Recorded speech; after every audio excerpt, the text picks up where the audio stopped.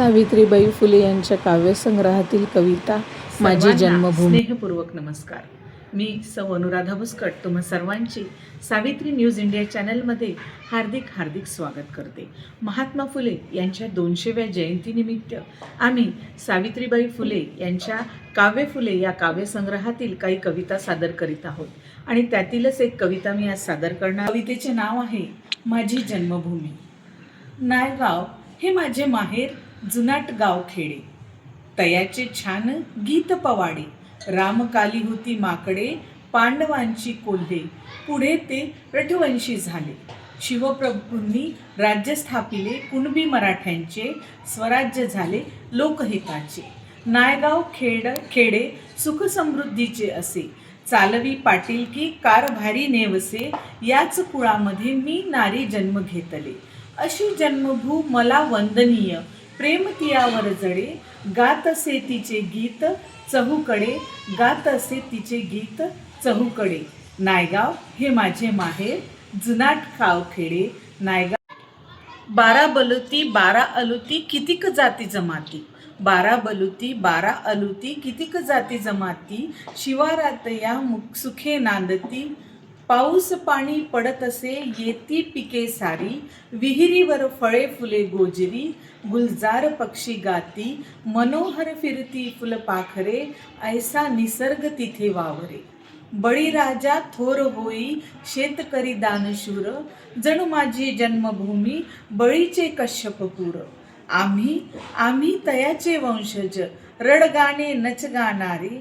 जन्मभूमी ही मला सांगते फुले करायाती, तीच उधळत मी तिजवरती.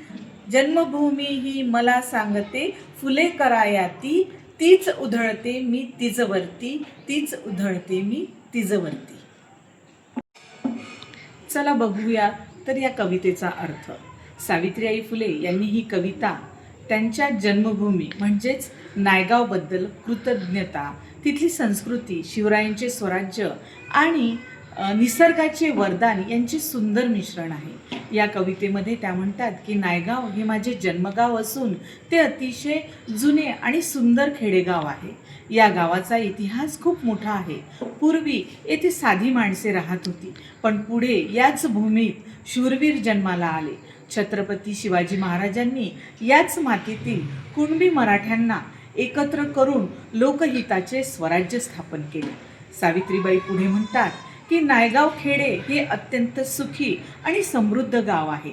गावाचा कारभार नेवसे पाटील अतिशय उत्तमरित्या चालवत असत. अशा या थोर कुळामध्ये माझा जन्म झाला आणि याचा मला सार्थ अभिमान आहे. ही जन्मभूमी मला वंदनीय आहे आणि तिच्यावर माझे खूप प्रेम आहे. गावात 12 बलुतेदार, अलुतेदार आणि विविध जाती जमातीचे लोक गुण्या गोविंदाने सुखाने एकत्र राहतात. गावातील निसर्ग अतिशय मोहक आहे. वेळेवर पाऊस पडतो, त्यामुळे शेतामध्ये पिके डोलतात.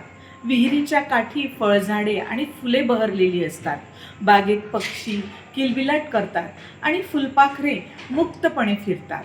येथील शेतकरी अत्यंत दानशूर आणि थोर मनाचा आहे. माझे गाव म्हणजे बळीचे कश्यपपूर म्हणजे एक समृद्ध नगरी आहे. आम्ही अशा शूर आणि कष्टाळू लोकांचे वंशज आहोत आणि त्यामुळे आम्ही आयुष्यात कधीही रडगाणे गाणार नाही, तर स्वाभिमानाने जगू. अशा या कवितेमध्ये सावित्रीबाई फुले यांनी आपल्या जन्मगावाचं वर्णन केलेलं आहे.